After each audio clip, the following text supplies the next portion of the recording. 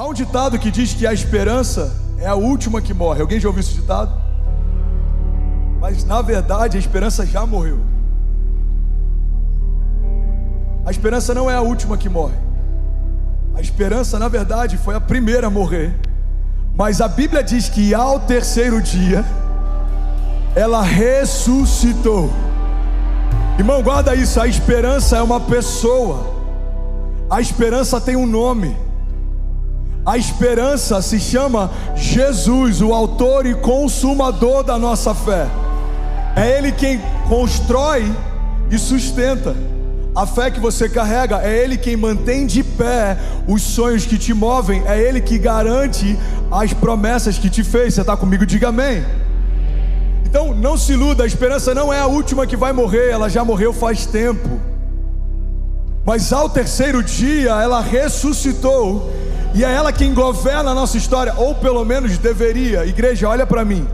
Uma igreja que carrega o evangelho de ressurreição, de renovo, redenção, restauração, milagres, não pode cultivar mais medos do que cultiva milagres. Já parou para perceber que tem pessoas que caminham com Jesus há anos e pararam de ansiar por milagres?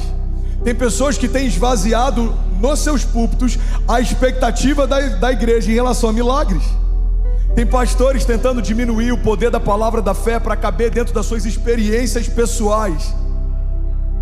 Mas o fato de eu nunca ter visto um cego ser curado não significa que Deus não cure cegos. O fato de eu nunca ter visto talvez um paralítico andando não significa que Deus não possa levantar paralítico. Você está comigo? Diga amém. Então é muito complicado quando a gente vê nos púlpitos muita informação sobre Jesus e pouca manifestação daquilo que Ele é.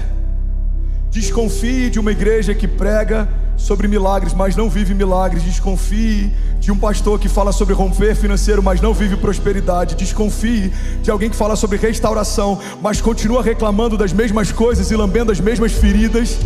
O evangelho nos leva a novos patamares, novos níveis e inclusive novos gigantes. Os pecados que eu lutava alguns anos atrás são diferentes dos pecados que eu preciso lutar hoje. Você está comigo? Diga amém. Porque em Jesus estamos vivendo de glória em glória. Novos níveis, novos tempos, novas estações, novos milagres, novos gigantes.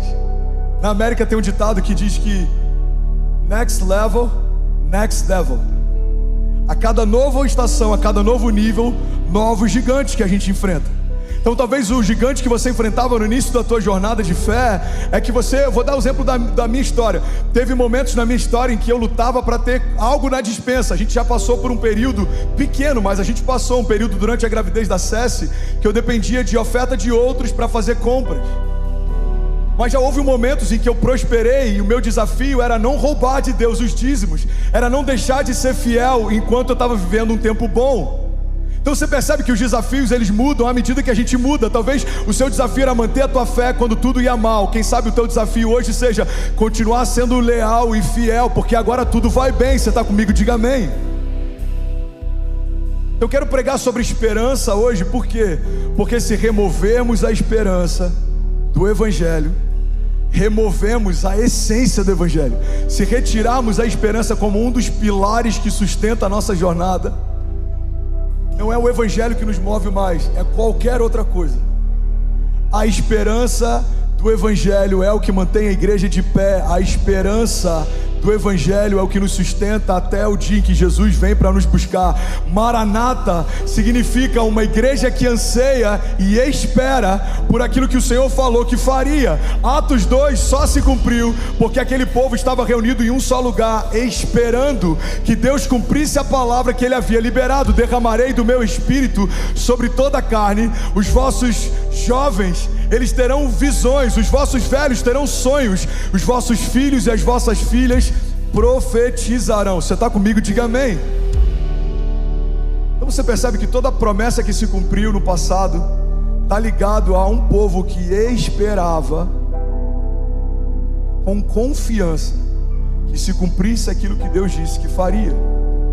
A Bíblia diz que Abraão, crendo contra a esperança, ele se firmou na promessa. Irmão, guarda isso em nome de Jesus. As promessas que Deus nos fez são que sustenta a esperança que nos move no dia mal. Quando tudo vai mal, lembra daquilo que Deus te prometeu. Traga à tua memória aquilo que te dá esperança. Você pode levantar sua mão em nome de Jesus e declarar isso. Diga: Pai, eu trago à minha memória aquilo que me dá esperança. Diga: e eu creio que tudo vai ficar bem. Diga: isso não é otimismo, isso é fé. Isso não é positivismo, isso é coerência. Diga: eu creio que o Senhor tem o controle sobre todas as coisas. Por isso eu posso descansar na certeza de que se o Senhor é por nós, nada nem ninguém pode contra nós.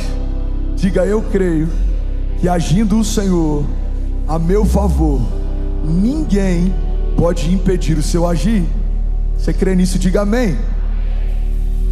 Então, a primeira chave que eu quero compartilhar sobre esperança é que nós precisamos confessar o que cremos.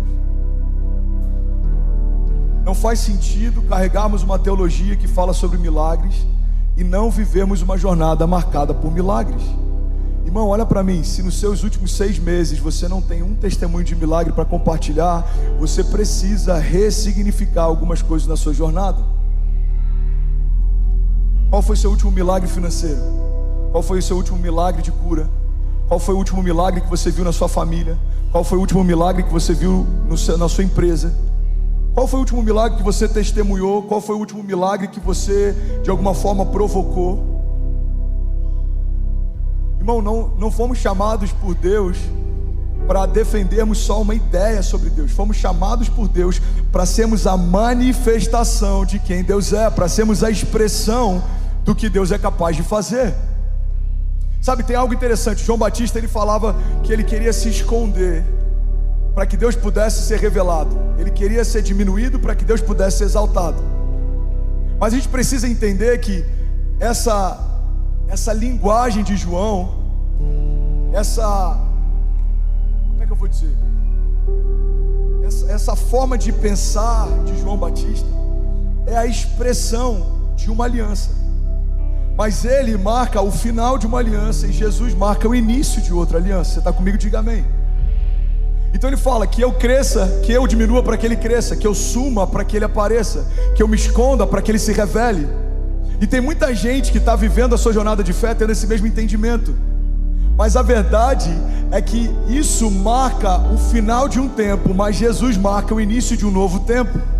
E quando Jesus se revela e quando a nova aliança se manifesta, o que Jesus diz para nós é o seguinte: olha, vocês são como estrelas, vocês vão brilhar para que todos vejam os seus muitos frutos e a glória do meu Pai seja revelada por meio deles. O que Jesus está dizendo é que na antiga aliança homens diminuíam para que Deus fosse exaltado. Na nova aliança, Deus levanta homens para que eles sejam a expressão do que Deus é capaz de fazer em um homem completamente rendido a Ele.